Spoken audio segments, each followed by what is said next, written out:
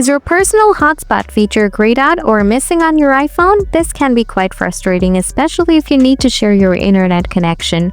Don't worry, this guide will help you troubleshoot and fix the issue quickly. Let's get started. Solution 1. Turn off restrictions. Open Settings. Scroll down. Tap Screen Time. Scroll down. Tap Content and Privacy Restrictions. Turn this feature off. Now restart your iPhone. Solution 2. Switch to a different SIM card. Try to use your secondary SIM from your another device. Eject your SIM card from your iPhone. Grab your other SIM card. Now insert it and check out your issues. Sometimes some SIM cards don't allow you to use Personal Hotspot. Solution 3. Check Cellular settings. Open Settings on your iPhone. Tap Cellular. Ensure that cellular data is turned on. If it's off, toggle it on. Tap Personal Hotspot.